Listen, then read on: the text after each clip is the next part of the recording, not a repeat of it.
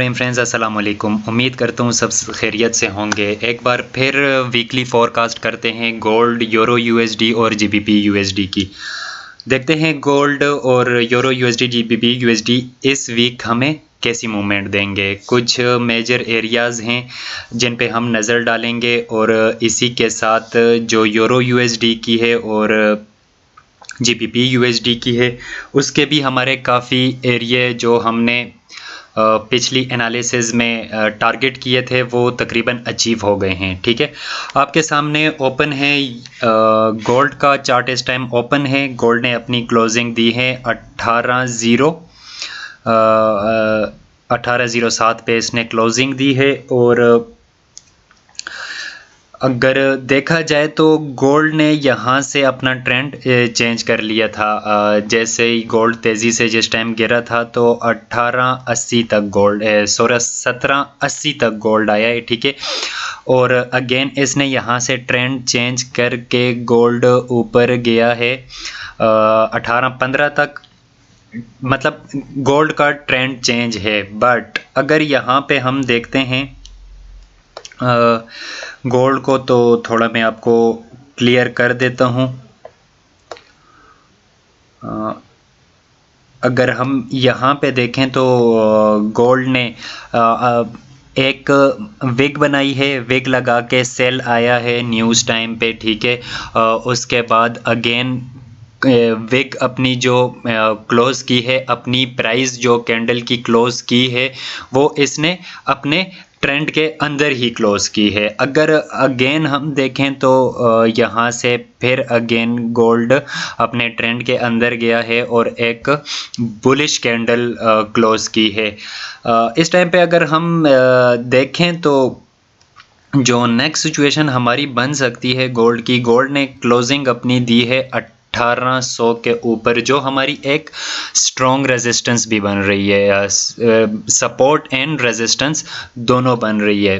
ठीक है, इसके ऊपर क्लोजिंग दी है। और अगर आप यहाँ से देखें, थोड़ा क्लियर करके मैं आपको बता दूं तो यहाँ से इसका ट्रेंड चेंज हुआ है और बाय की तरफ आहिस्ता आहिस्ता मूव कर रहा है।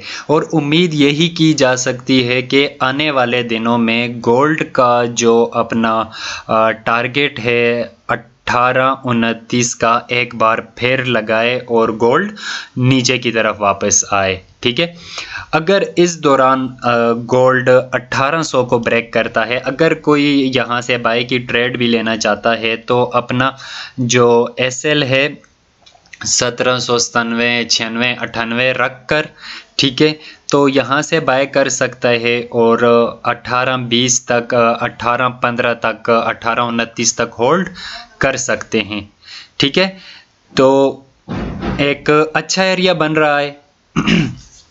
तो हम यहाँ से गोल्ड को बाय इजीली कर सकते हैं। अगर गोल्ड यहाँ 1800 को मतलब ब्रेक करता है, ब्रेक डाउन करता है, तो गोल्ड का जो टारगेट पहला है वो हमारा रहेगा 1780 का। अगर 1800 ब्रेक करता है तो हम वेट करेंगे। अगर 1790 भी ब्रेक कर दिया तो हमारा जो है ना सेल में आने के चांसेस आ जाएंगे। ठीक है, तो 1800 को ब्रेक करने के बाद 85-80 पहला टारगेट और देन 1760 तक का भी बन सकता है। ठीक है, ये चीज़ अपने माइंड में रख लीजिएगा।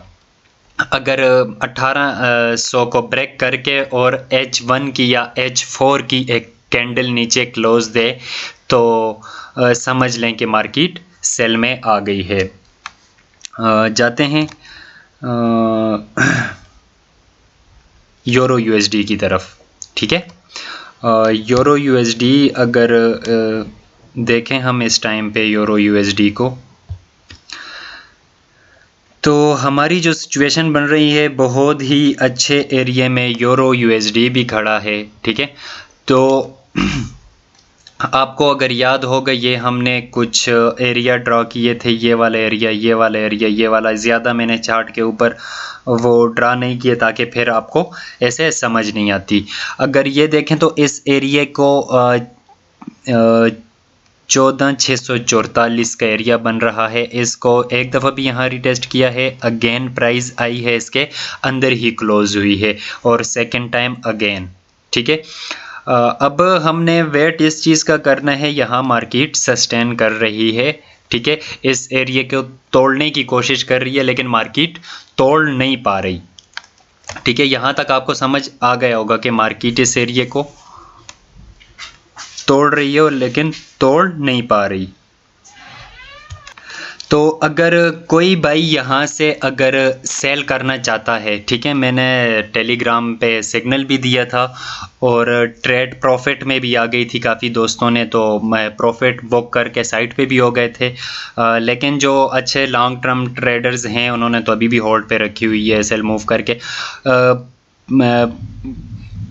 इसका 15,000 हमने 15,000 का एसएल रख के हमने ये ट्रेड यहाँ से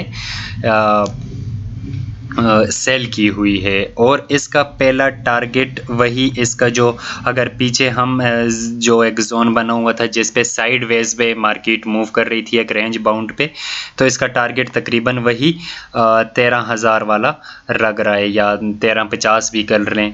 ठीक है, तो अगर कोई दोस्त करना चाहता है तो सेल कर सकता है। इफ़ अगर ये एरिया अगर ये ब्रेक अप करती है तो मतलब इस एरिया के ऊपर एक H1 की भी आपको कैंडल क्लोज मिल जाए या H4 की कैंडल आपको क्लोज मिल जाए तो ये फिर मज़ीद ऊपर जा सकती है, लेकिन ज़्यादा चांसेस इसके सेल आने के हैं। तो जैसे फिर मुनासिब ट्रेड आपको मिलती है इस एरिया के दरमियान तो आप ट्रेड ले सकते हैं। GBP USD की तरफ आते हैं।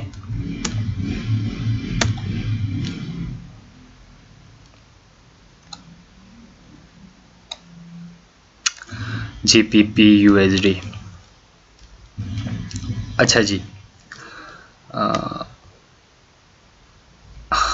अगर GBP USD को हम इस टाइम पे देखते हैं तो हमने पहली रेजिस्टेंस ये लगाई थी, देन हमने रेजिस्टेंस ये लगाई थी, तकरीबन टच करके ही मार्केट वापस हुई है। ये तो बहुत एक अच्छे तरीके से जा रहा था। मुझे याद है जब हमने एनालिसिस स्टार्ट की थी तो कुछ इस एरिया में GBP USD मौजूद था। जब इस एनालिसिस की बात कर रहे हैं तो वहाँ से ही बाय लगाया था हमने और पहला टारगेट ये, देन ये रखा हुआ था हमने और देन ये था।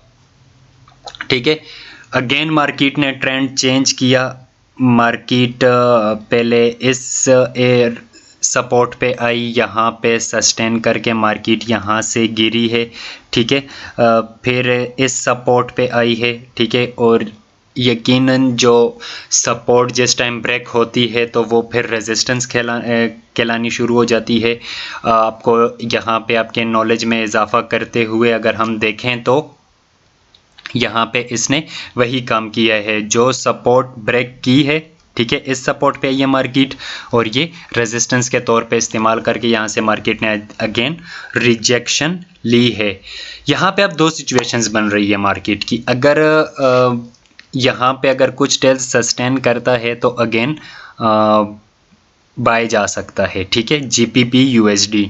ठीक है, लेकिन जैसे सेल आ रहा है और जैसे इसने यहाँ से अपना थोड़ा सा ट्रेंड चेंज किया है, लगता यही है कि इस एरिया में आ जाए, अपने 33,827 वाली सपोर्ट को रिटेस्ट करके अगेन यहाँ से ऊपर की तरफ जाना शुरू कर दे।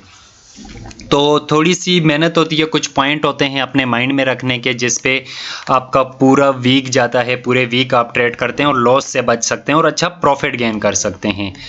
तो इंशाल्लाह मिलेंगे नेक्स्ट वीडियो में, तब तक के लिए अल्लाह हाफिज़।